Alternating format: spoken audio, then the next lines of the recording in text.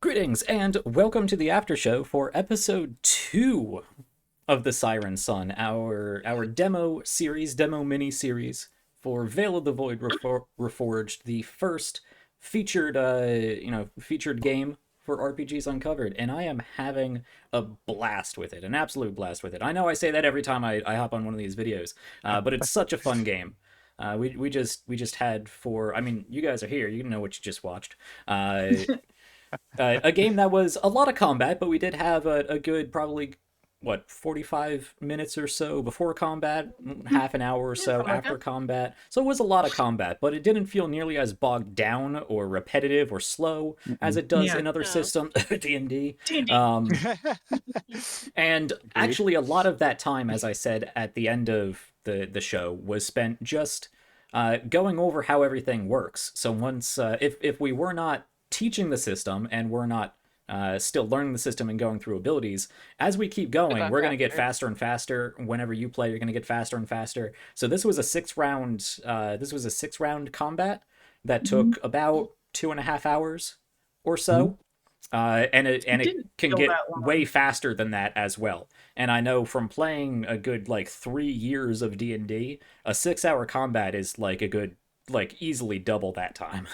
Yeah, 6-round combat. 6-round. I mean, 6-round combat might as well be a 6-hour combat with 5 players at higher levels. Yeah, and so many enemies. Yeah, a lot of enemies. Because Jack likes making it hard for himself. But that's another thing I can gush about the way adversaries are designed in this game and the way, encounters are designed in this game. You don't have to worry about a single enemy just being ganked right off the bat like you do in D&D. I know solo enemies against a D&D team will just get annihilated, but we saw this was a combat with almost singularly the Drakenspliced. That the Hierophants helped, but it was mostly the Drakenspliced, and he was holding his own through the entire combat. So I really like the way adversaries are designed and the way that encounters are designed to be geared towards how long you want it to last, instead of some arbitrary, weird, nobody understands formula. Yeah. But anyway, because we're going to try to keep this after show short, yeah, I had a great time. We mostly showed off combat, but I did like that we got to show off some more creative uses of skills. We saw some really great uses of spells. I love the creativity here. I mean, what do you guys think? You guys talk for a little bit. Yeah, it's like I had fun getting to really showcase some of my things other than just going shooty bang bang. Your heal and harm was great. Oh yeah, that was awesome. It's like I got to use both of my medic's creeds this time. Yep. And I used all of my medic class specific abilities. And then I got to use the mind drain, which was good at getting us partially through the security. Yeah, that was great. Helpful. I was thinking it's, because you said he was behind the console. I'm like, that guy. Yeah. Yep. Need to go for that guy. Well, I would agree that more than anything, this episode showcased the classes. Last episode really showcased the rules itself from a foundational level, how skills work, how the basics of how combat works, different roleplay tools and whatnot. But this episode really showcased at least your 3 classes and all the different things they can do, the different abilities, different ways of going about things, and just how versatile and multitasking the classes in Veil of the Void can be. Unlike in other games where, this class does this one thing and it sticks to that, and sometimes there's subclasses and specialties and whatnot that can differentiate. But even with the specialties in this game, the base class is really versatile, and the specialties just augment that by an additional degree. Yeah, I feel like the base classes are really fun. And even because I don't think any of us have devolved from our classes to take other classes' abilities yet. No. But it seems like you guys are having fun with just the base classes. I'm loving the Elder Mage and all of those how spells. Much fun the base class is. Yeah, all the spells, but I'm sitting over here like, okay, cool. This spell I can't use for another 7 rounds now, so that's out for this fight.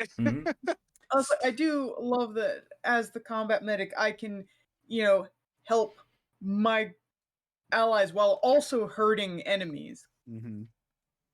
Yeah, because it's that like was the one thing that I don't like about D&D is having to choose. Like, do I hurt or do I Yeah. heal? Yeah.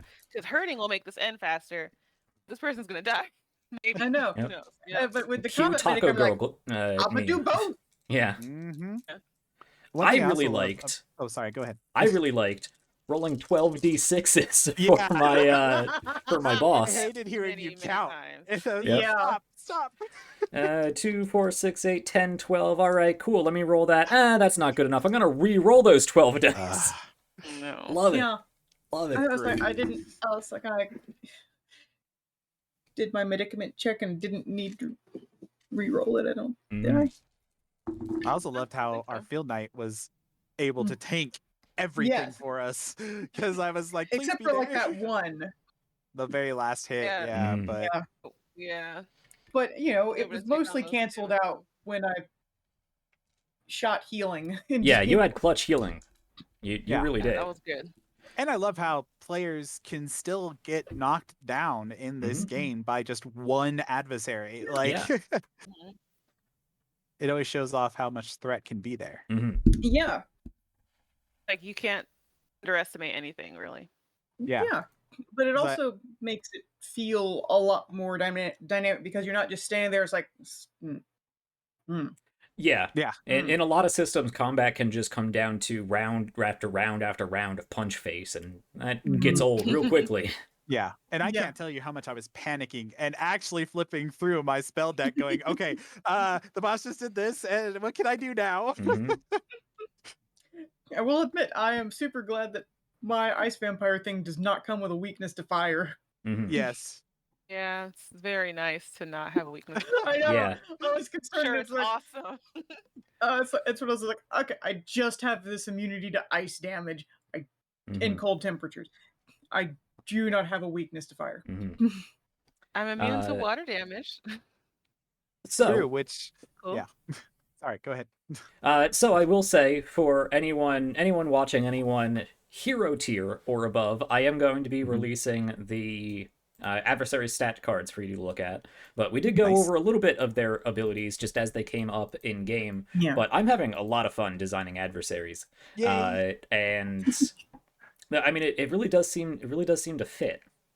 I like I said, all of your abilities and the stuns did take a lot of damage potential, all from the Draken Spliced, which was clutch, because he would normally get one attack with his Chain Saber, 46 slashing damage, and then another attack with his claws, another 2d6 plus 3. But if I roll double 4s on a claw attack, which still has a 12 dice pool, it inflicts bleeding 2.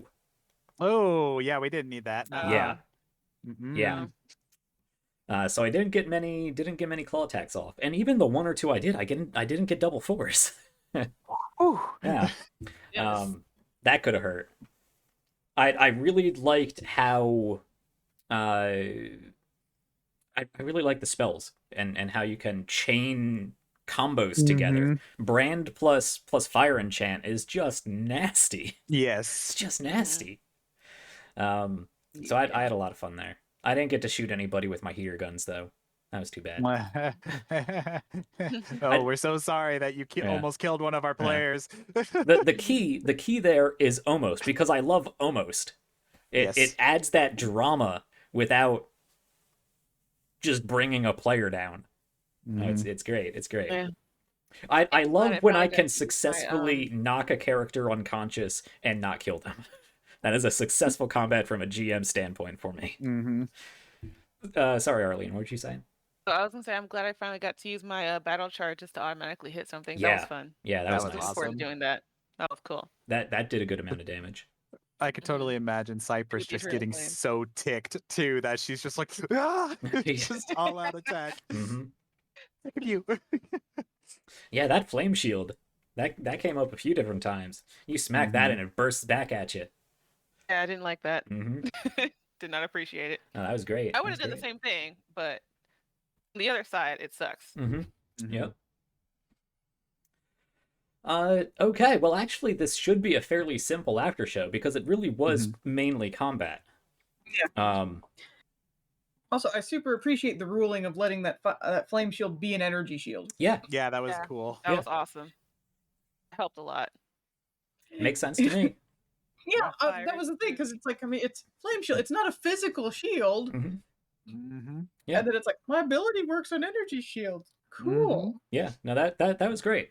I think there was also a lot of good examples today for GMs to just really listen to your players, and it's not an adversarial relationship. If they say something cool and it's going to be awesome, it's going to be dramatic, it's going to be cinematic, and it fits more or less kind of wibbly wobbly within the rules, lean into it, because it's more fun that way.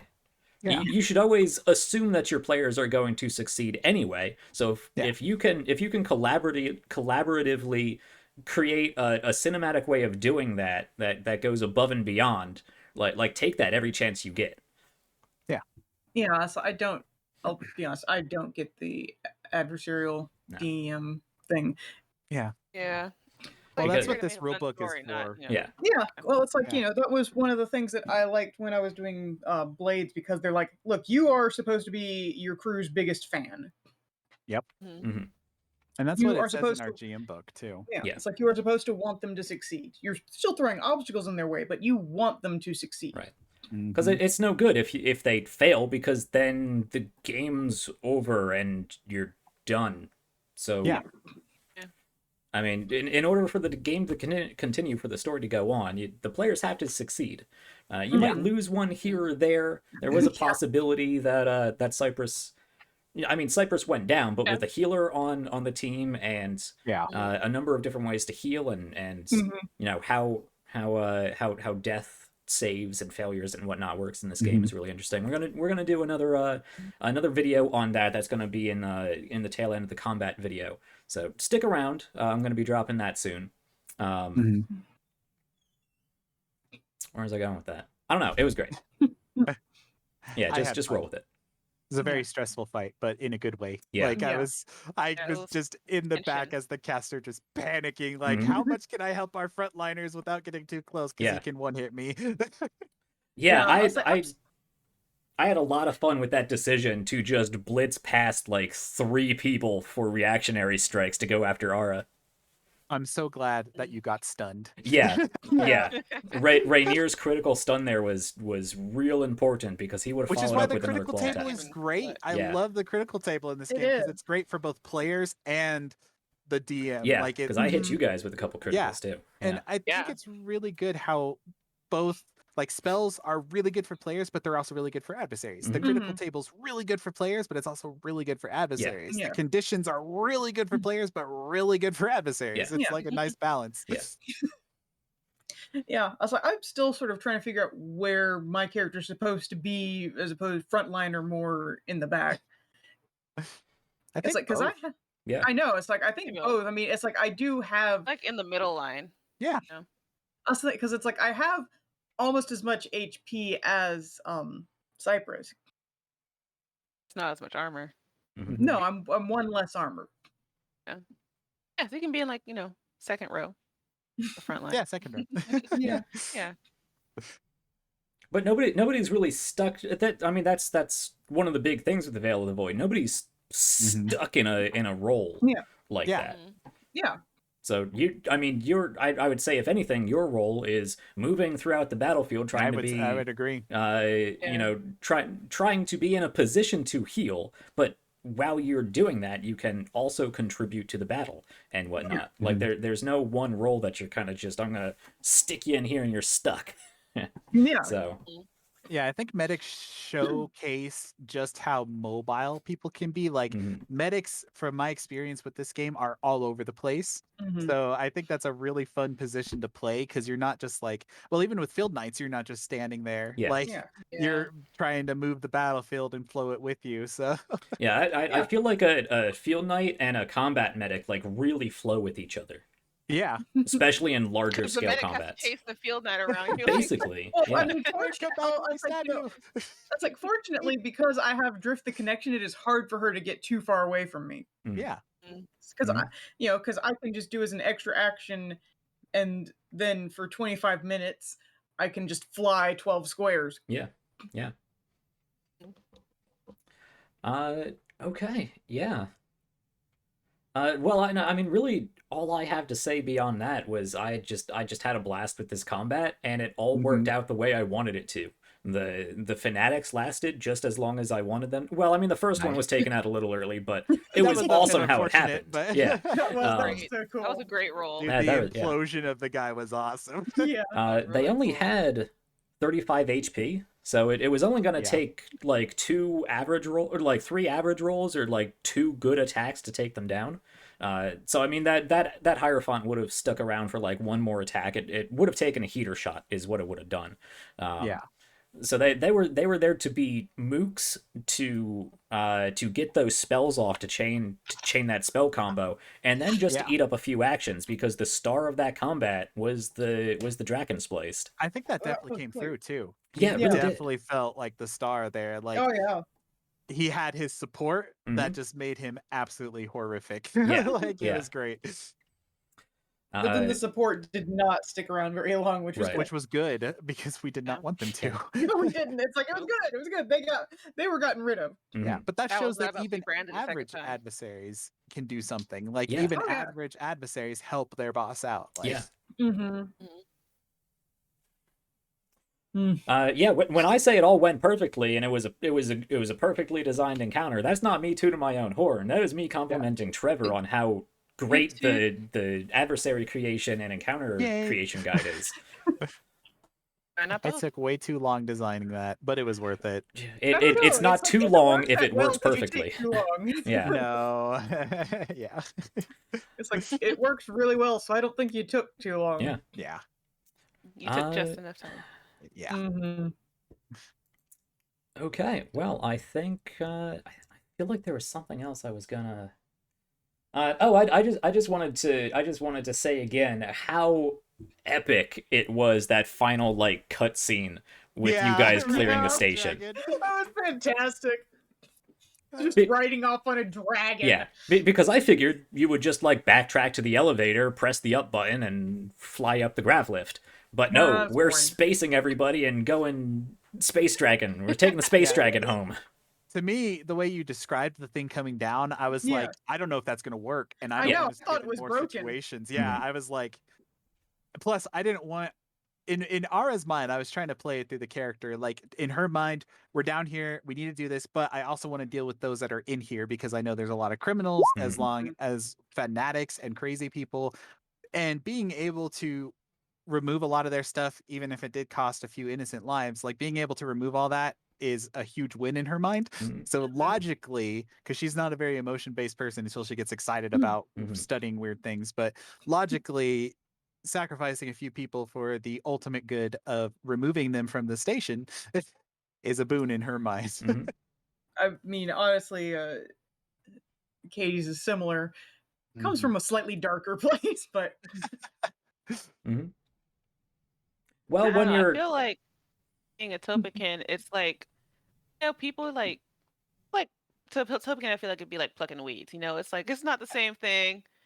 She cares more about plants than she does people. Yeah. Plus, to them, it's kind of like, well, the people will die and eventually become part of the greater, Mhm. Yeah. ultimatum of the universe. So it's like, We're they just just gonna become hit and food fast for forward a something little bit. else. Yeah, Yeah. exactly. again, the whole ice vampire thing, it's like, Sure. I mean, even as quick as it was, that decision, I think it was great role play. Just to see, like, is this a problem? No. Boop. Well, because she's got high mentality and Mhm. she's been around for a long time, so she's had to make Yeah. difficult decisions before. When you're 18,000 years old, I mean, Yeah. you learn cost risk assessment. Plus, she was part of the Second Inquisition, and I haven't really saw the lore about it, but the Second Inquisition went really wrong, and there could have been a better side of dealing with something. So to her, she's like, no, I'm not going to let this happen again. She's like, Sure. this is how it must be, and I will sacrifice if I need to. Like, Nice. that's just it.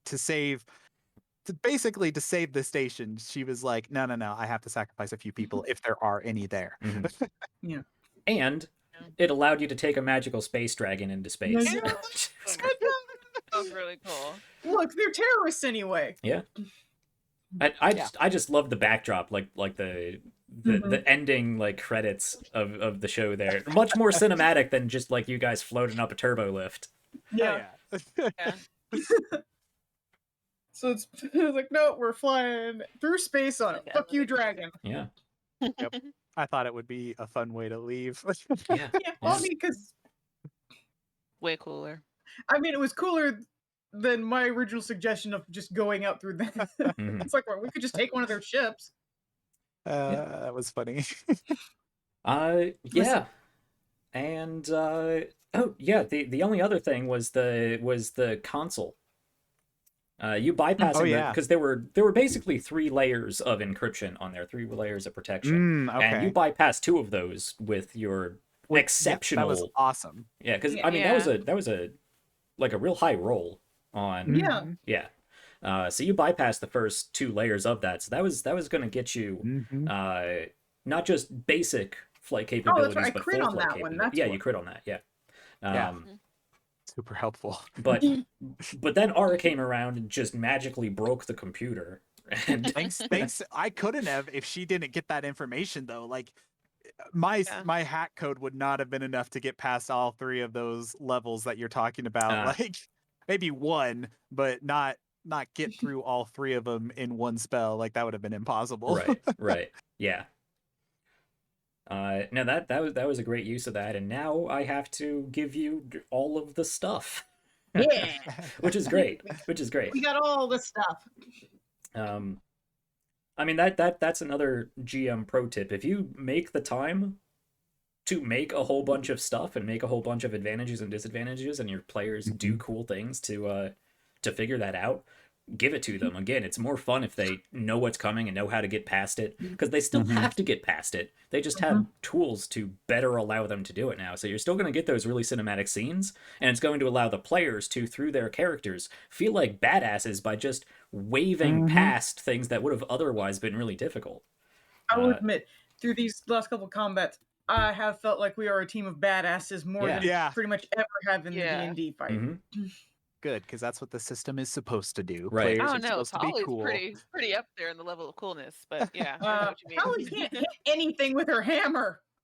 Yeah, but she's got cool spells. Okay, And she also can't hit anything. Well, we can save D&D talk for D&D shows. Yeah. Fair. All right. Well, that takes us all the way through the episode. I am super excited for next week, though I am always super excited for next week, especially with this game. Next week, no surprise, is... next week? Next week is Thanksgiving. You're not playing? Thanksgiving is Thursday, I believe. I still planned on I still plan to have a game on the 27th. I don't celebrate Thanksgiving anyway. Let me make sure what my work schedule is for that weekend. I did we'll talk about this off camera. We'll talk about this off camera. I think it'll be fine. Okay. I'm still, as of this point, planning on playing next week, so I'll release any details on Twitter and Discord if that changes. Anyway, sneak peek for people looking forward to next week. It's primarily, no surprise, going to take place mostly in space. So we're gonna take a look at ships. No. So you guys are going to. I made up a whole bunch of ship stats, which were really fun to make as well. So you guys will be getting yourselves the StatSec Interceptor, which is going to be pretty fun. Nice. I'll release what exactly that has on it, because you guys are going to know about it anyway. So I'll give you a little sneak peek. It was built specifically to showcase you guys. It has dual plasma repeaters for Katie's to use her dual wielding with ship weapons. Those are going to pack quite a punch. It has mimicry shields for our mimic to be able to use his mimic powers through the ship. This stuff was literally made for us. It was specifically made for you guys. It's because we're using the StatSec ship instead of one of theirs. Right. Yeah. That's awesome. I'm glad we went for the data, because that's more fun. Way more, and it's way sturdier. It's all around a much better ship than the Dawn Herald, which was the Hierophant ship. Nice. I'm so excited. I'm excited. Yeah. I was just gonna say, I'm excited to see what this ship can do and all the cool things that you were gonna do with it, because we already tackled personal combat 2 different times, and next week, I mean, we'll see, but there's definitely an opportunity to check out some space combat, some ship combat, so that's gonna be fun. And ship combat also works really well in this game. It's a lot of fun to play. It looks like it will. It's like you're in a space game. Mm-hmm. Yeah, I would hope so. Yeah, you would hope so, but you never know. But so far, you've done really good with combat. So. Yay! I hope the chief gives us a raise because we did really good. I hope so. Yeah. Yeah. Or at least a bonus. Come on. I would like to get some money. No. Do we get medals after this? Probably. I mean, you're saving your entire solar system. Yay! Yeah. Recognition. So let's end here with a question I always like to ask. What is one thing from another player that you'd love to see more of? Boost each other up. I want to see more of Robin. That's, well, sure. Yeah. Yes. Yeah, but I also do want to see more cool dragon stuff because that was really cool. At Horror was great. That was cool. Like I love imploding an enemy on itself was awesome, and then flying off into space on a dragon was really awesome too. Yeah, so I want to see more of guys. Why do I always have trouble with her name? Cypress. I want to see more of her being a badass. Mm-hmm. Them pronouns. Sorry, Yeah, I'm looking at you as I'm saying it. Yeah, no, you're good. Yeah, I'd love to see them charging more too, because you can push Charging people is around fun. a lot. I do Yeah. love- I And love as long it. as you don't have 2 people next to you, you can continue to charge every 2 rounds. Mhm. Yes, I'm gonna have to consider that. But let's be careful about more fire-based attacks. I'm sure it won't come up again. Yeah, not for with the sun fighting the worshipping sun? cult. No. Nah. Yeah. We'll see. Don't worry, I have some plans. I'm sure there will be plenty of opportunity for Katie's to continue showing off how great the combat medic is. That's what I want to see more of. Great. Yeah. That was a great The healing and hurting show-off. at the same time Yeah. was great. Yeah, that was so good. And I can do that again. All right. Well, no, because it's like that one actually doesn't have like a cooldown listed. Oh, and summoning the mech zombie. That was really cool. Oh, yeah. That was. It's like it's a shame we didn't get to see it do anything, but it's so cool. Yeah. I was quite impressed with that idea of summoning. I was like, wait a second. I can block this hallway for the most part. Yeah. And Jack didn't see it coming. No, yeah, I mean, I had in here that it was just a patrol of 3 of those Hierophants, which you guys easily could have tore through. You could have taken them prisoner, asked them questions, made them lead you to where you wanted them to go. Plenty of different things were on my my hey, this is probably what they're gonna do. A gigantic undead robot zombie was not one of them, so that was great. It now needs to be. Yeah, That was good. I didn't know what was coming for us, so I was like, I want to keep us alive as best I can. Like, Ara's plan is she does not want people to die. Yeah. Like, she cares about you guys more than she cares about general people. Like, she gets attached to people, and when that happens, she does not want them to die. Right. Aw. Which makes it a little sad considering. Yeah, that's what I was like. That's kind of depressing. I mean, I'm fine. I'm ageless, so I'm not going anywhere. Yeah, you guys can be buddies forever, but I'm We a could, tree. actually. Well, she's had a lot of people die in her life, so she tries to that's why keep it's people so around. I mean, as long as she 18,000 can. years, yeah. Yeah. All right. Well, I know you guys have your own things to be doing this evening, so I think that's where we're going to wrap.